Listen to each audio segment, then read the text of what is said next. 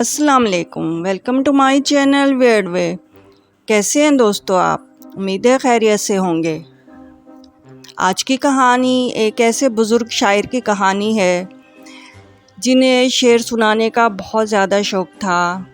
ये उस ज़माने की बात है 92 की, जब कराची में चारों तरफ गोलियों का राज था।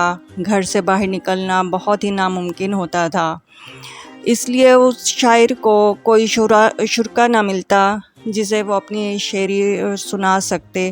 इसलिए उन्होंने एक तरीका अपनाया। वो घर की छत पर चले जाते और अनजानी मखलूक को अपने अशार सुनाते। और जब कुछ हालात बेहतर हुए तो मुशायरे का इनकाद हुआ, तो एक खूबरू हसीना नकाब पोश ने उन्हीं के अशार सुनाकर मेला लूट लिया। तो फिर उन बुज़ुर्ग शायर पर क्या बीती, वो सब आपको मैं इस स्टोरी में सुनाऊंगी। ये सन 92 की बात है। एक बुज़ुर्ग शायर मोहल्ले में शिफ्ट हुए। दौर वो सुनसान था। रातें अक्सर गोलियों की आवाज़ से झिनझिना उठती। अक्सर सन्नाटा ही रहता था। ये बुज़ुर्ग शायर तो बड़े अच्छे थे, मगर सुनने वाला इन दिनों मिलता ना था कि हालात की ख़राबी की वजह से पढ़ा लिखा तबका घर से बाहर ही नहीं निकलता था। अब शायर बिना सामीन के ऐसे जैसे माहियाब। बुज़ुर्ग शेर कह कह कर थक गए, मगर मुशायरा कैसे हो और कोई आए कहाँ से। अब शायर बुज़ुर्ग ने यूँ किया कि का खाना खाकर छत पर चले जाते और अपनी एक दो गज़लें गुनगुना के अपना जी बहला लेते। शायर ने डरते डरते कुछ बात बताई, फिर गज़ल की फरमाइश आई और सिलसिला शुरू हो गया। अब रोज़ यही होता और शायर गोया इस अनजाने मुशायरे के आदी हो चुके थे। कुछ दिन गुज़रे कि आवाज़ें बढ़ गई। मालूम होता कि मज़ीद सामीन आने लगे हैं। खूब वाह वाह होती, मगर कोई नज़र न आता था। एक शब शायर ने सोचा कि आखिर इस मुशायरे का क्या फ़ायदा कि मैं बस शेर कहता रहूं और अनजानी मखलूक दाद देती रहे। बस शायर का दिल अफसोस से भर आया और फिर ये सोच कर ख़ुद को तसल्ली दी कि कलाम अशार गज़ल व नज़्म काफ़ी जमा हो गया है ये, और अब हालात भी बेहतर हो चुके हैं। शहर जाके क्यों ना मुशायरे का इंतज़ाम हो और अब इंसानों से भी दाद समेटी जाए। किस्सा मुख्तसर। ऐलान हो गया, इश्तिहार बढ़ गए, मुशायरे की तारीख़ तय हो चुकी थी और मेहमान भी जमा होने लगे। इन शायर साहब का नंबर आखिरी था।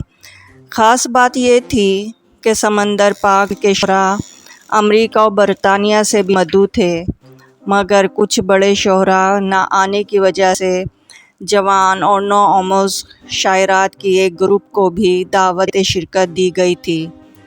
मुशायरा शुरू हुआ, यहाँ तक कि 2 ही शोहरा की बारी रह गई।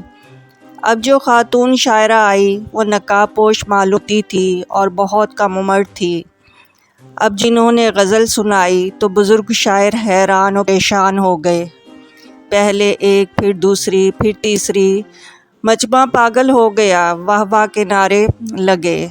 मुशायरा गोया नकाब पोश हसीना ने लूट लिया।